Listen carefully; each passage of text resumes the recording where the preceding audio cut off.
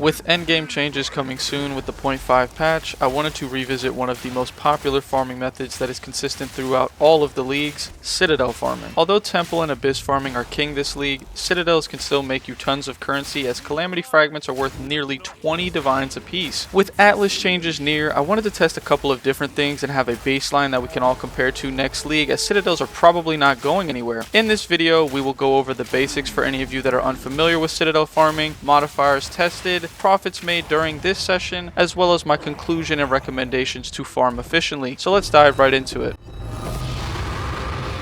When you are mapping, you will see beams of orange, red, or blue in the distance. The maps that have this beam are citadels. The only 3 citadels currently in the game are iron, copper, and stone. The map bosses for these citadels are the final bosses of Acts 1, 2, and 3. The main differences are the power level of the bosses, with them having much more health and outputting way more damage. The iron citadel correlates to the Act 1 boss, the copper citadel correlates to Act 2, and Act 3 is the stone citadel. Additionally, citadels have to be run with a tier 15 waystone minimum. The rewards for completing citadels are fragments and can be used to fight the pinnacle boss, Arbiter of Ash. There are 2 different types of fragments, Crisis and Calamity. Calamity fragments are what you want to farm if you are able to. Calamity fragments will only drop if you have all 10 boss Atlas points unlocked. The requirements are on the screen now, but include completing map bosses above area level 79 and defeating regular Arbiter of Ash. Without these Atlas passives, only Crisis fragments will drop. Fortunately, completing Arbiter of Ash now gives you an infinite amount of revives and also unlocks 4 modifier tablets. That's pretty much it for the basics. Let's get into the modifiers and how to farm these fragments.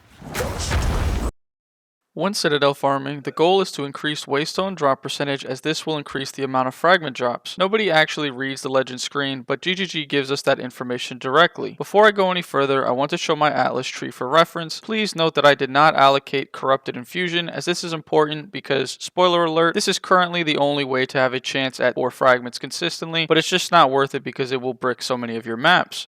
For every Citadel, I used a Visions of Paradise precursor tablet first to allow me to run the same Citadel twice. The modifiers I tested are quantity of waystones found in your maps, quantity of items dropped by map bosses, and quantity of waystones dropped by map bosses. I ran about 30 successful Citadels, which isn't a large sample size, but I was able to make knowledgeable inferences about these modifiers and how to get multiple fragments consistently. During these 30 or so runs, not once did I get 3 fragments, even on maps where the waystone drop percentage was above 650%, along with 200% waystone drop percentage of map bosses. I ran 15 citadels with quantity of items along with quantity of waystones found in your maps, 15 with quantity of waystones by map bosses and quantity of waystones found in your maps, and about 5 to 10 with quantity of items and quantity of waystones dropped by map bosses. Unfortunately, since maps have waystone percentage on them, it's impossible to test the modifiers independently. Running white maps with 1 tablet as well as with no waystone percentage is possible, but to test those at such low percentages, it's very inconclusive. A majority of the time I got 2 fragments. However, there were a few key maps that really let me identify breakpoints for 2 fragments, as well as whether or not quantity of items or waystones dropped by map bosses actually affect fragment drops.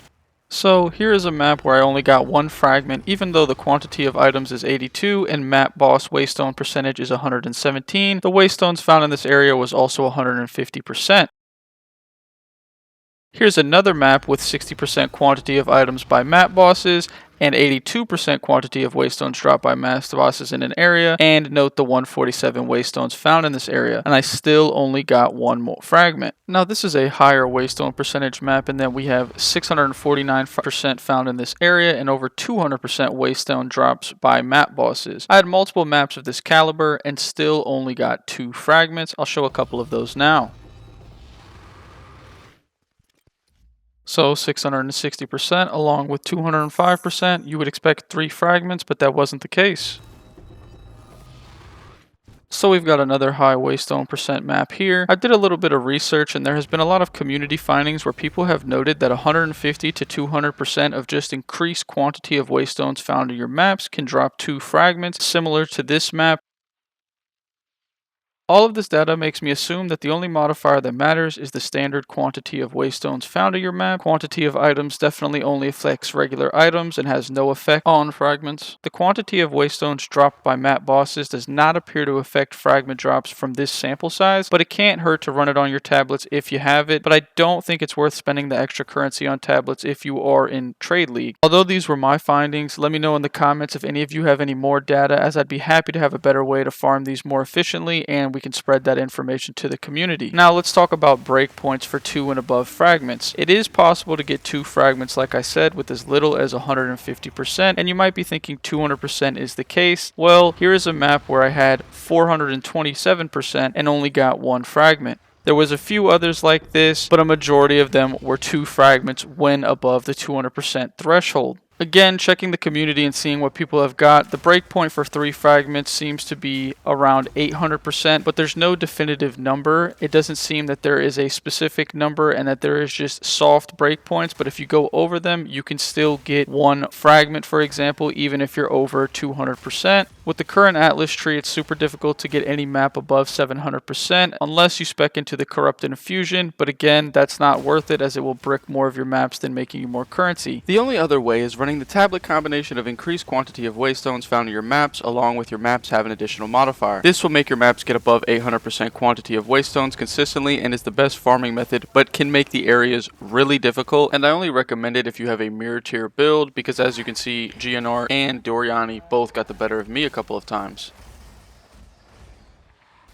As for profits, I did end up running about 15 more while editing this video, but I want to state that having this many citadels to run back to back takes multiple hours of mapping to set up in the first place. You can definitely grand project and speedrun to these citadels, but timing will vary and has some RNG. Therefore, I recommend running these all at once so you don't have to constantly change Atlas trees, and these runs will just net you an insane amount of currency in a short period of time. I like to look at them as a bonus for once my build gets very good. Furthermore, the time it takes to complete citadels varies drastically, as copper citadels take literally 3 minutes, while the stone citadel can take 10 minutes because I'm lost in the stupid maze. On average, it was about 6 to 7 minutes a run for me, but I'm honestly just going to say 15 minutes as this will relate more to everyone and create a real expectation for you viewers. Tablet costs are super cheap since you don't need anything but quantity of waste stones in your map, and your maps having an additional random modifier if your build can handle it. Cost is about 5 divines for 10 maps, and that includes the Visions of Paradise unique tablet.